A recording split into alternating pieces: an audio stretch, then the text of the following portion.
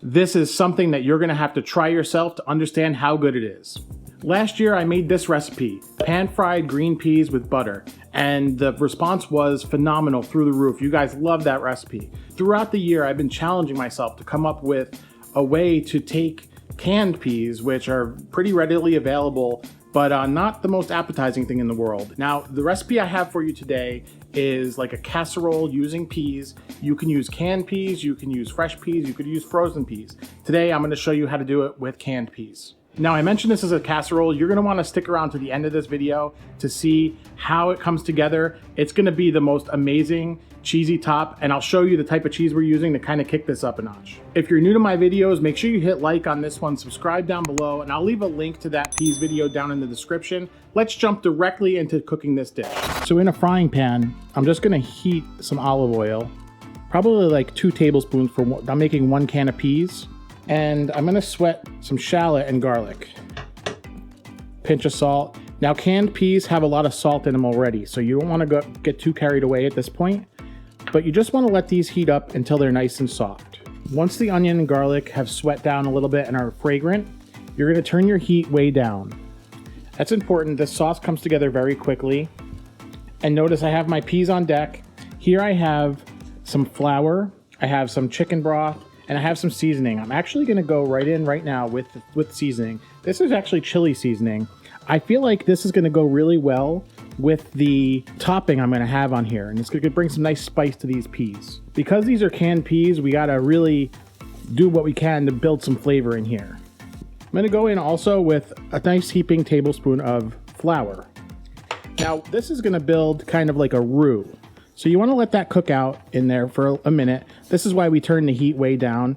If you need a little more oil, don't hesitate to add some, just to get this nice and incorporated. You don't want it to taste like raw flour, so you got to let it cook out for a minute.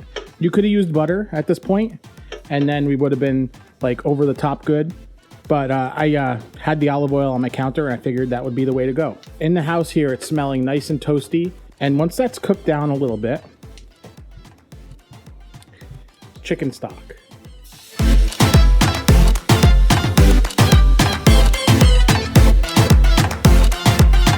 I would say we added about as much chicken stock as we have peas here. You got to look at what you got. Notice here, I'm gonna talk down these peas all day. These are like brown canned peas, literally not my favorite thing in the world. So this recipe is gonna help you use up some of those peas you got in there. Now, this is gonna thicken up. That's exactly what you want. You see that? Where it's nice and kind of glossy. These peas have been drained and rinsed for quite a while. I really hate the liquid that comes with canned peas. At this point, I've turned the heat off, and I'm gonna go directly in with my drained peas. And you just wanna toss. Now, this is off the heat. You don't wanna cook these. These have been cooked and sanitized and to hell. If you are using fresh peas, you'll want to blanch them for a minute before you add them. If you're using frozen peas, you can add them directly from the freezer into this sauce. And you could probably guess what's happening next. It's going to go right into that pan.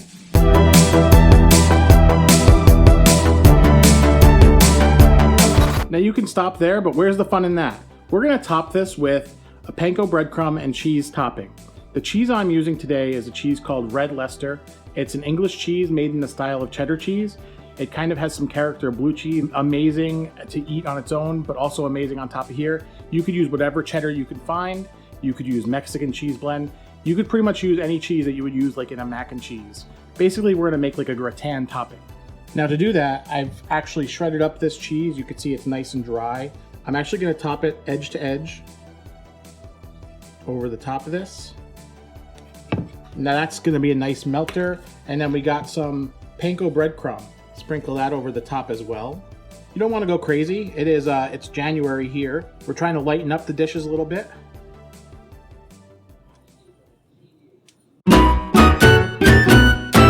Into an oven preheated at 425.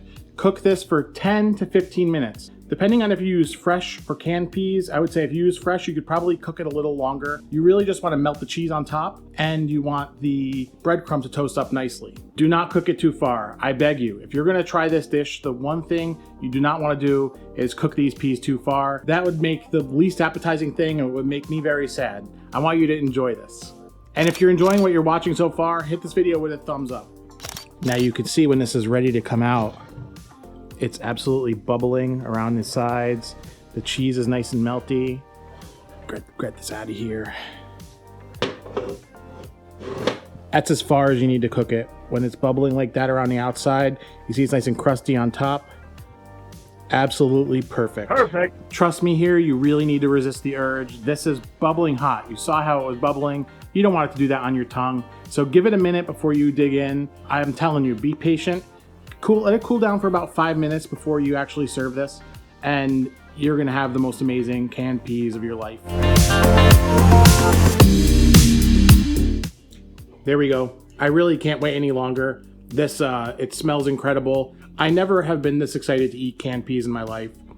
Let's dig in. Still super hot. I probably should let it cool another minute. Wow, we've basically elevated canned peas to levels that you would never have expected. The chili powder that's in that sauce, kind of like a gravy almost, really helps to make this taste not so monochromatic. What puts this really over the top, that red Leicester cheese has like the bite of cheddar, but also a little bit of funkiness of blue cheese. So much complexity in every bite. But if you made this with like a nice melty American cheddar, it would be just as good. And I've actually done it that way. The only reason why I use this fancy cheese is because I had it left over from the holidays.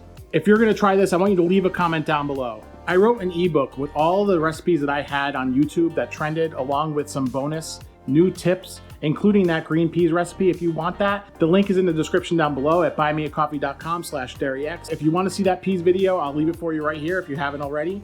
And I do dining reviews also. I'll leave a link to that right up here, and you can check all that out. Thank you so much. Have an amazing day, and I hope you enjoy this recipe.